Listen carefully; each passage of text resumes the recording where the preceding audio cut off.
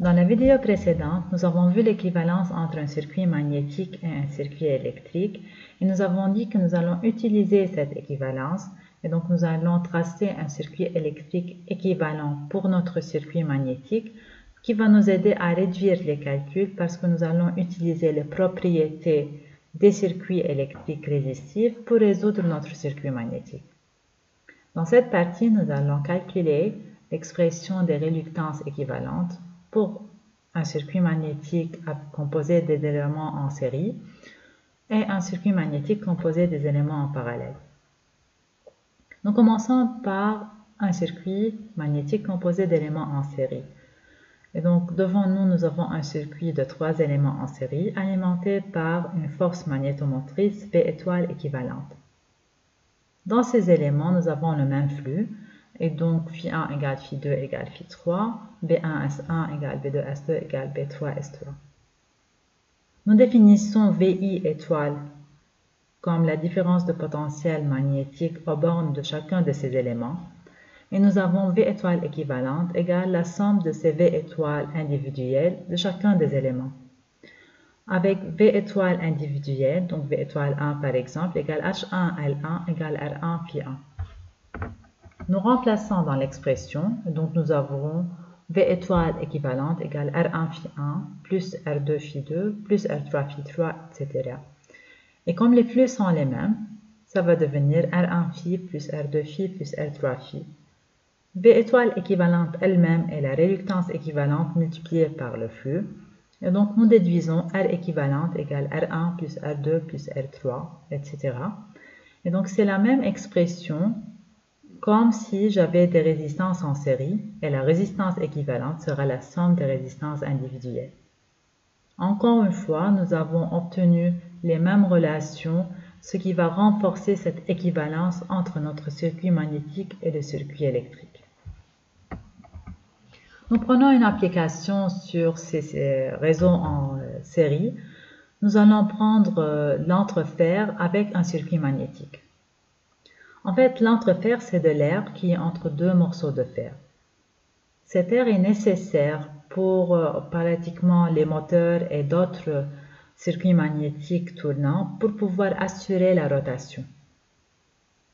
Nous allons voir ici que la partie d'air va consommer énormément d'énergie, c'est pour cela que nous allons la minimiser. Prenons l'expression NI égale la réluctance du fer plus réluctance de l'air, puisqu'ils sont en série, multiplié par le flux. Nous allons prendre les éléments de base de chacun des éléments réluctance du fer ou bien réluctance de l'air. Donc la réluctance du fer est la longueur du fer divisée par mu0 mu r s. Et la réluctance de l'air, c'est la longueur de l'air divisée par mu0 s. Il y a mu r égale à 1 puisqu'il n'y a que de l'air là-dedans.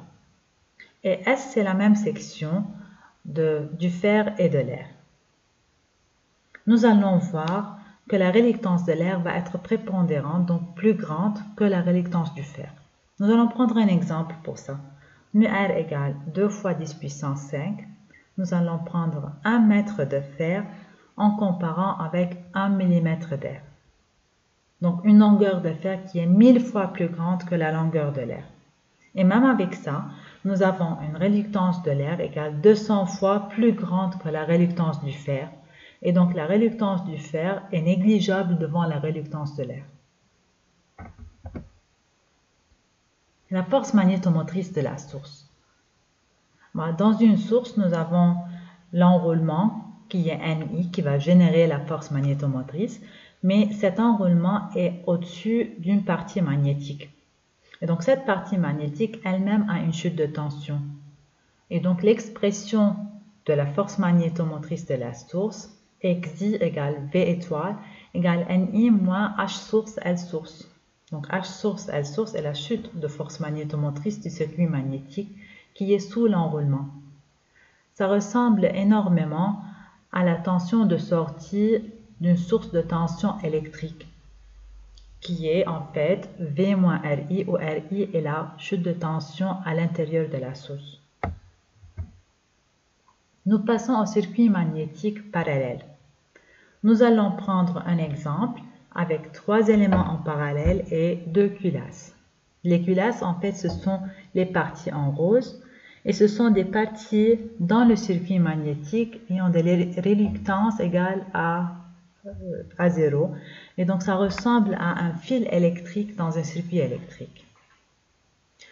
L'expression devient, dans la source V étoile équivalente NI moins H source L source, égale V étoile équivalente, égale la réluctance équivalente phi source, égale R1 phi 1, égale R2 phi 2, égale R3 phi 3, puisqu'ils sont en parallèle, ils ont la même force magnétomotrice.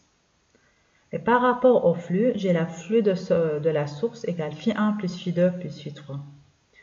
En remplaçant dans l'expression des flux, nous allons avoir V étoile divisé par R équivalente égale V étoile divisé par R1 plus V étoile divisé par R2 plus V étoile divisé par R3. Donc nous obtenons l'expression 1 sur la réluctance équivalente et la somme des inverses des réluctances individuelles, qui est aussi l'expression qui correspond à l'équivalence avec des résistances en parallèle et la résistance équivalente pour ceci est 1 sur R équivalente égale la somme de l'inverse des résistances individuelles. L'application d'un circuit en parallèle est les fluides. Si on a un circuit magnétique qui subit des fluides, les fluides sont en fait des lignes de champ qui se bouclent à l'extérieur du circuit magnétique et donc en parallèle avec les lignes de champ principales. Nous avons donc deux circuits en parallèle. Le premier, c'est le circuit magnétique lui-même et le deuxième, c'est le circuit magnétique des fluides. Et donc 1 sur la réluctance équivalente égale 1 sur R principal plus 1 sur R des fluides. Et le flux total est le flux utile plus le flux de fluide. Mais la réluctance des fluides n'est pas mesurable ou calculable comme la réluctance du circuit parce que la dimension des fluides, là où les lignes de champ vont passer, n'est pas définie. Et pour cela, nous allons définir un coefficient qui s'appelle le coefficient d'Hopkinson, eta. Eta égale flux total divisé par le flux utile, égale 1 plus flux de fluide divisé par flux utile, et flux total égale flux utile plus flux de fluide, donc égale flux utile multiplié par 1 plus flux de fluide divisé par flux utile, égale eta flux utile. D'autre part, B étoile égale la réluctance équivalente multipliée par le flux total, égale R multiplié par le flux utile, ce qui va nous ramener à dire 1 sur la réluctance équivalente égale eta divisé par la réluctance du circuit.